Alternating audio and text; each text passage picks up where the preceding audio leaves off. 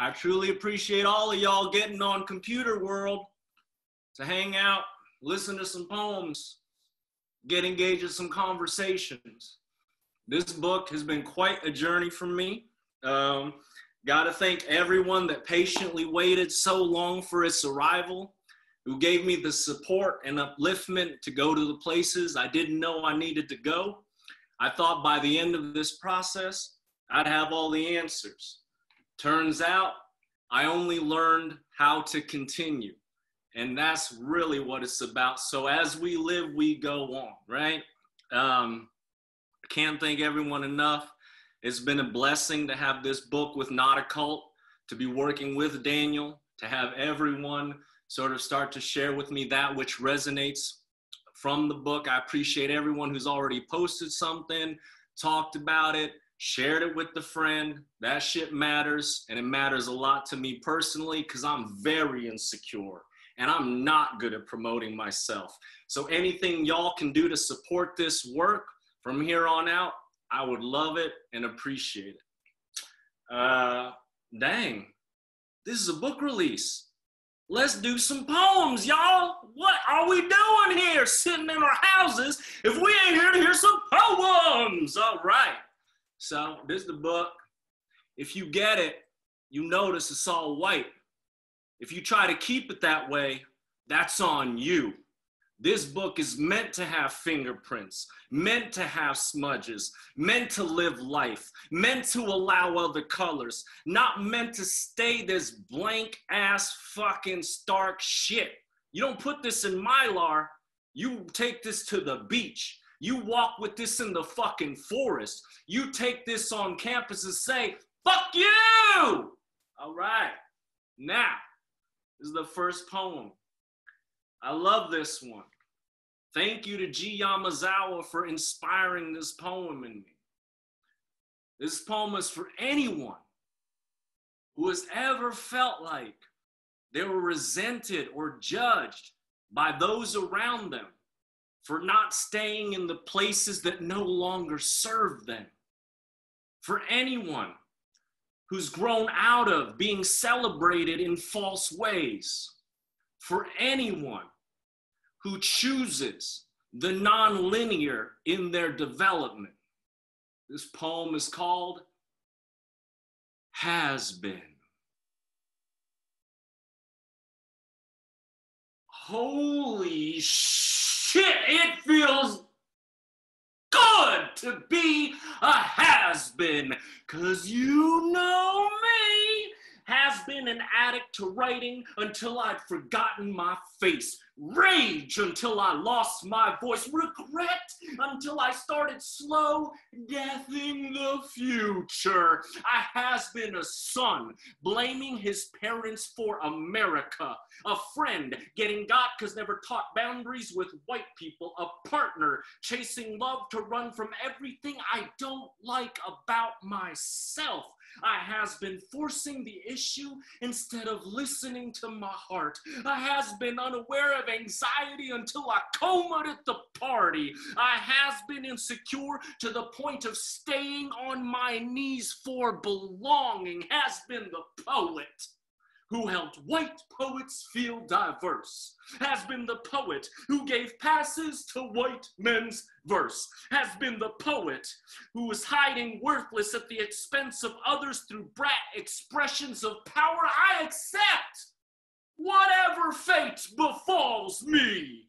'Cause I has been too hung up on getting mine, too victimhood as denial tool, too fuckboy in a love ploy, who has been so depressed shutting it out, so depressed letting it be definitive, so depressed wondering why my life didn't turn out the way early accolades suggested it would, based on all the things I read by colorless poets in the quiet room.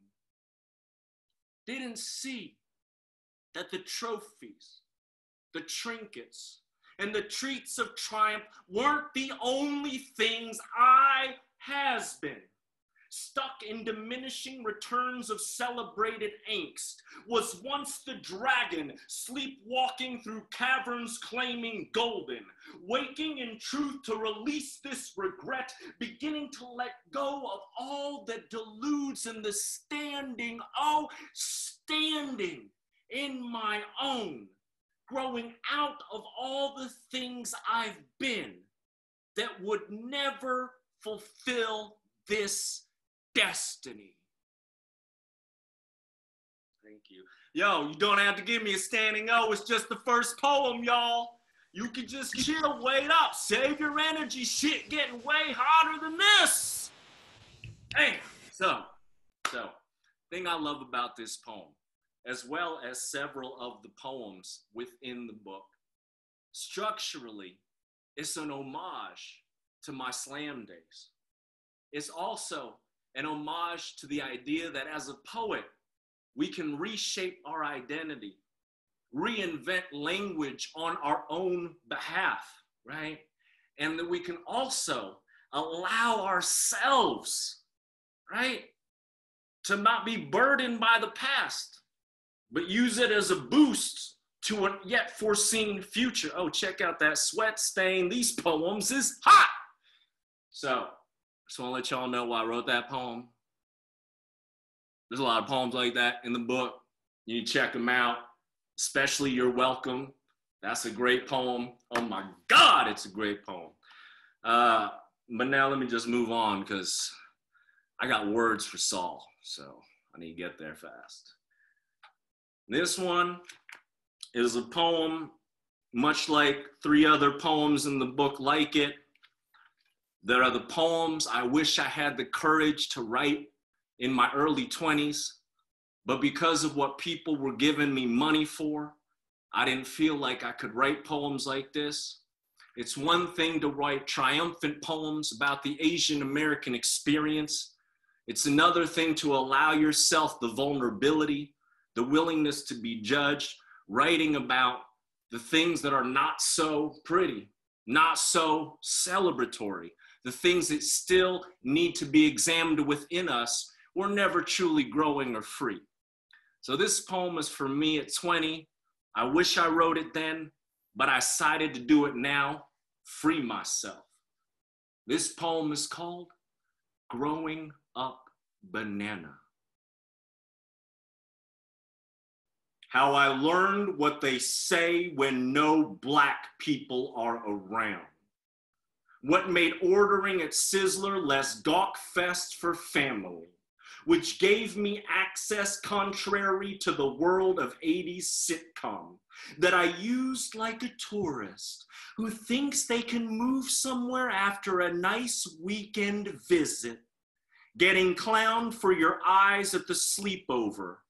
Feels like being seen to the invisible, which is better than being ESL ridiculed daily, which is better than being blamed for the auto industry, which is better than being a walking enemy of war, which is the lie I kept scribbling in my journal, unaware I was writing a post-dated letter to my younger self on how to discern between survival and fulfillment. Thank you. That's right. I'm setting the tone on the arc of time. Yeah, that's right. That's right. All 10,000 of y'all can clap silently, though. I don't need y'all to, like, you know, make me self-conscious about 10,000 people clapping for me, you know. Yeah, thank you. Thank you very much. This poem, now it's better that way. That way it sounds like a spattering of crickets. That's what everybody wants. Every poet I know is like, yo, did you do that show where there was a spattering of crickets? It was insane. All right. This poem is called Those Who Power on You.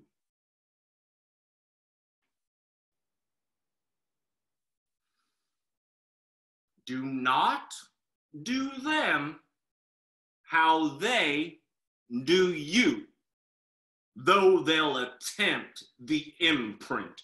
Trauma can seal the future if presented as a given. If you cannot be the hammer, does that make you the nail?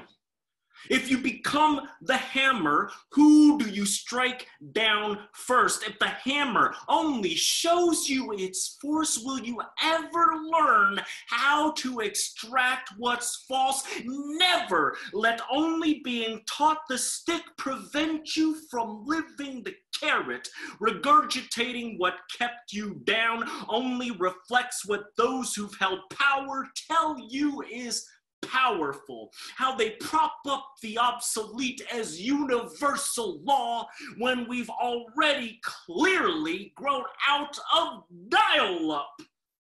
But what happens when we Freaky Friday into roles we've only witnessed beneath the keel of?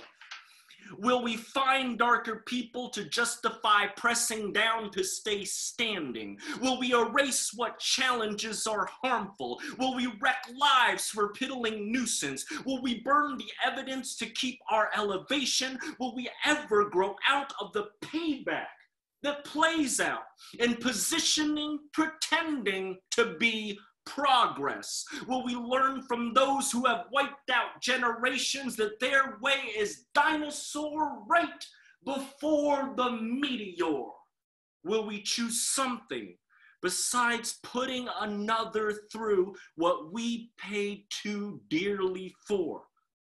As the dying animal clings to past power's purpose, may we finally learn from past pain to see domination as a thing of the past.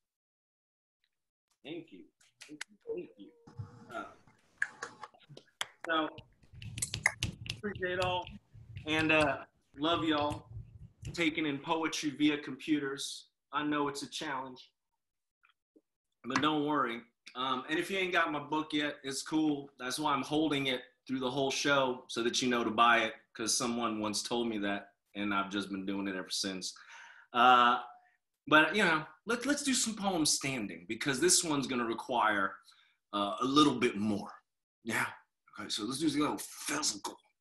Okay. Whatever you see, don't judge. These shorts are very nice. Okay. So here we go, y'all. I need y'all to open your listening. This is a very complex situation, so I need y'all to really open up to this. So really loud and quiet, the room you're in, to take in this poem, okay? Excellent. Okay. It's very serious and important. So, okay. This poem is called Boy Picked from the Commoners.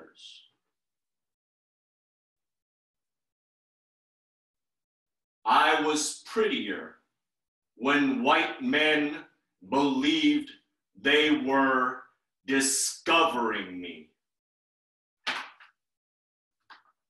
Thank you. Thank you very much. And just really glad all y'all could take that in. Sometimes when you have an MFA, it doesn't show, but I think this time, undoubtedly, whoever's in this room, you understand the level of education I possess to write something of that magnitude, especially today's current conversations. Cool. Yeah, you know what I'm saying? That's right. All right. I don't know who's Asian anymore, you know? Like, shit is hard these days. So I'm just gonna let y'all decide for yourselves how Asian you are, okay? I can't be responsible, so you do it, okay? So if you feel that way, you know, If you feel like you're Asian, I wrote a poem for you too.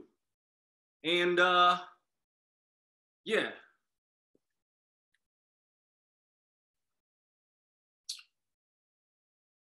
Cool. So hopefully you're listening, because it's like really, I'm giving y'all gold, because, you know, we got golden skin, so it's gonna be gold, not emeralds. But yeah, we'll talk about that later. This poem is called Advice to Younger Asians Growing Up in America. If you don't want to die inside, don't hang out with only white people.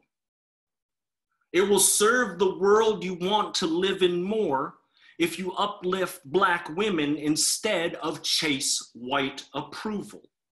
The American dream, as we've been taught, won't provide all you'll need in this country. You can say chink, but in many contexts, it will be lost in translation. Most of y'all, not all, but most, gotta get more inclusive than which type of chinks support your quest to chart. Taking it out on foreign nationals don't make you more American to anyone on campus. If you do not honor the generations before you, you will be forgotten by the generations after you. You do not have to trust someone just because the movies have indoctrinated you to trust them. Believe your Asian friends, listen, believe your Asian friends before waiting for a white man's writings to confirm it. Do not bring the wars of our homelands here. You will never be Black or white, so no need to play into it. Dick size leads to madness, which is why you need to work on your misogyny now. And if you ever doubted, racism too. Yes, you. Which is why you must stay ever vigilant that you do not become a stand for supremacy. Never listen to another Asian person simply because they are one. Stop eating so much fucking pizza.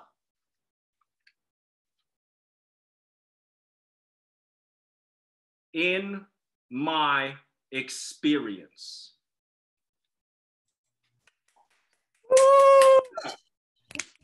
The way I ended that poem, within my experience, is part of my own personal goal to not live supremacist culture. So as I give folks advice, I have to acknowledge that I am not the all-knowing. I am not the absolute end-all be-all. So I qualified the ending to make sure that every line is understood as coming from my personal experience. Should it serve or benefit you, don't. But I do not know it all, nor do I want to be the gateway of knowledge and understanding, and I will work my language to evolve my culture to reflect that. Okay? Okay, cool.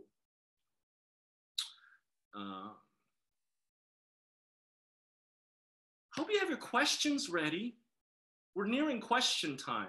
We have a couple more poems, and then we're getting into talking with Saul, and then we're gonna have some questions. So I hope you're ready, and I hope you can ask, you can ask me whatever you need to ask me, Be where you are now.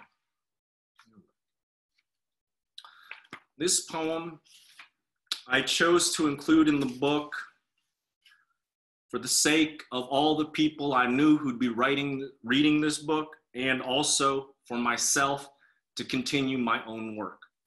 I think that I've learned that through my years of being a poet, that is not just clarifying and expanding and exploring my identity, but it's also asking of myself, more of myself, to develop more, to challenge myself, to go places that are uncomfortable, and to know that I am not done with what I'm doing, okay? I think sometimes we complete a poem, right? And we think, oh, I've done it, I finished. I'm getting more into the way of living in, I finished a poem to begin a movement of my life, right? So this poem is called Protect Black Women. If you want to save yourself, if you believe in the future, if you get that it can't be done alone, if you think you're not a racist, if you woke up today wondering, how can I make the world a better place? If you retweeted 9 black women and still see dead people. If you visited somewhere colonized and bought a souvenir, even if it's just one. If you got Amazon Prime, if you have children, if you ever laughed while watching Protect Black Women with what you choose in the presence of other people, when you hear the way they aren't believed for being, when you walk down the street knowing you're not the target, when they aren't allowed in the halls of power, what you do to uplift one will impact us all. Their magic is the potion that will save us. How we protect Black women is reflection of how we honor our humanity. Protect Black women. To cut the cord of patriarchy. Prove you're more than the slogan used to confirm an idea. Show you're willing to nurture what threatens ownership. Repeat the mantra until this dimming reverses course. Protect Black women, and all else will follow. Thank you. For those who are wondering, I didn't say how, because it's about an organic living process as human beings. And so for myself, I like to continue refining, exploring that, right? Knowing that what may have been effective and helpful 5, 10 years ago may no longer be as impactful today, that I always must be creative in the way I think of protecting others. I always have to be creative and dynamic in how I think about helping the world I live in and share, right? So it is not so much the energy of telling others what it takes, but reminding them the level of committed drivenness required to accomplish it, regardless what we choose to do. Like normally, I got all these memorized, but because it's a book release, I love the feeling. Like, it's cheesy as shit, right? But I love that feeling of like, oh, I'm a serious poet. I gotta flip through these pages to find the next poem in my set. Oh, shit. Oh yeah, I need to kill time while I'm looking for this exact page. Oh yeah, I love that. I love it. Okay, so, oh, by the way, I love seeing you in the Zoom room, Jason Muehlberger. And I just wanted to shout you out before I recited this poem about white people, you know.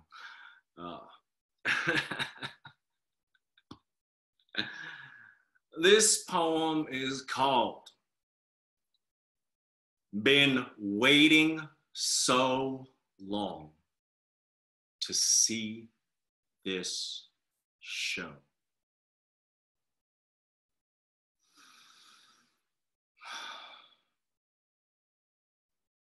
Lived long enough to know that I was never crazy, just trapped in a vacuum of whiteness, where unrelenting rightness turned me into a parrot, betraying myself, surrounded by warped mirrors in this funhouse nightmare. Almost took my broken to the corner forever.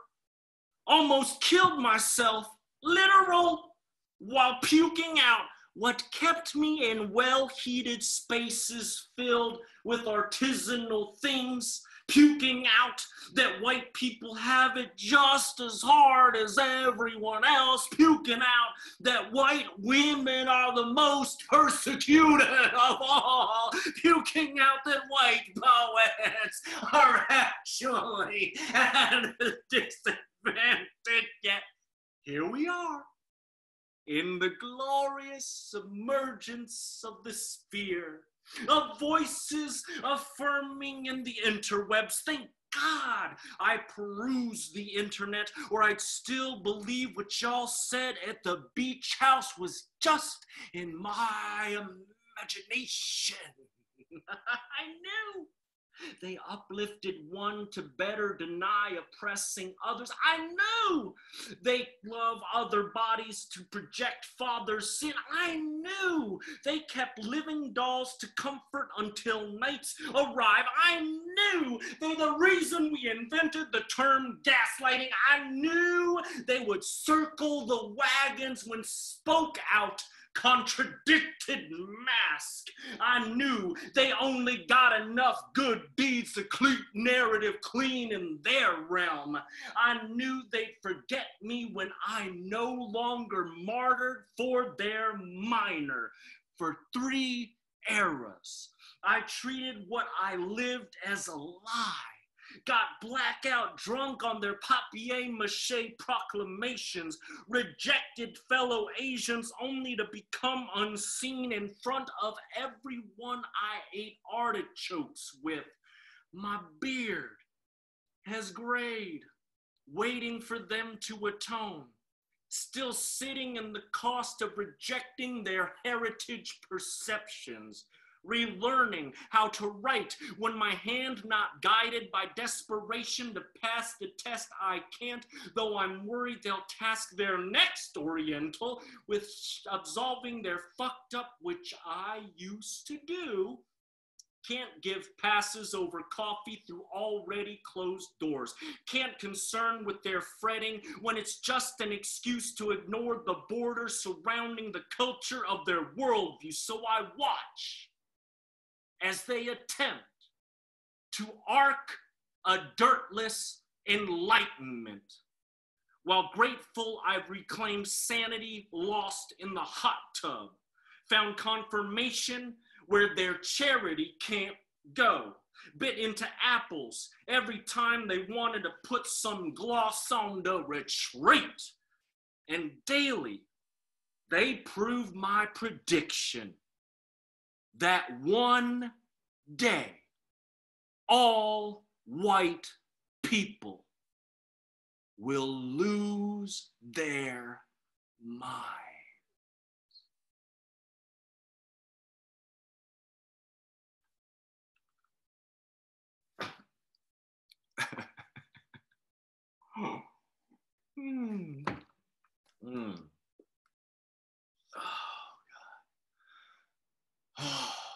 I don't even know if y'all know this, but if y'all never written poetry, one of the most beautiful things about it is it help you release past pain and trauma. Instead of letting it live in your head, consume your life, eat up your daily tasks, and drive you into a darkness where you're isolated from the world, poetry can help acknowledge your pain enough to free you from being in reaction to it alone. Poetry can help you go beyond the rigid parameters of perception and language to go where those who are conditioned around you to repeat scripts cannot. It can allow you to go beyond the script that you were given so that you don't have to live in the lie of your place. Now, that being said, this is the last poem I'm going to share tonight. There's going to be many more poetry shows on computers and maybe one day not on computers. I hope I see all y'all there. Thank y'all to everyone. I'm going to do this poem, then me and Saul are going to get to chat, and then we'll take your questions after we do a little bit talking. Thank you for listening. This poem is it's kind of like a puzzle. So I don't know what y'all get well out of this, but it's a puzzle I wrote for anyone who might be interested.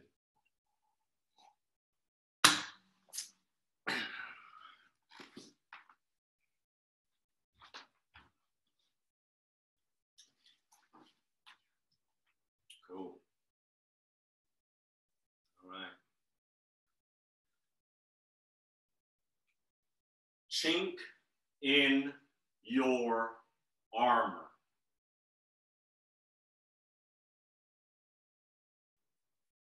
Be like water with the cold switch, so cold it's absolute. For the culture, even when expression doesn't compute.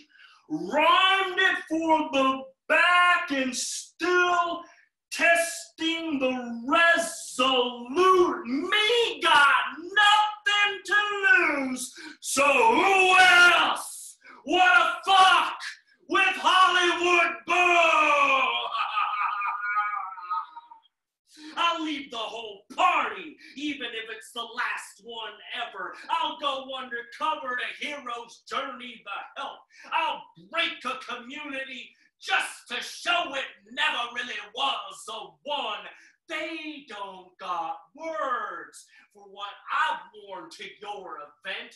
How I can fuck up your whole history of perception from what I keep in my closet. I'll cosmic fool until your lineage no longer passed down in false volumes. Henry the Fourth all over the public square till these false staffs awaken as the cronies they are. Throw up a Jumanji set just to hear the sound it makes in the hater house. You woke the dragon, and now you decrying these melted towers. I'll make metaphor of all you touch. I'll win the lottery just to save Beat Street. I'll irreverent my way into every heart and kick out all our exes. Yeah, I'm that chink. I'll turn the ocean into your island, the prize into your shackle, the beloved circle into the space where spells go to die. Pages can't contain me and sages can't comprehend. Stages are wherever I be and everyone converges where I'm sent. I predicted the thing you never saw coming. I let verse go borderless before it became my cage. I foreshadow 50-year plans while they still lapping up all the caviar moments. What you call me becomes your minotaur's lair. Easy to kill and already forever against your will. Joke's on you, sucker! You've mistaken this game as your own.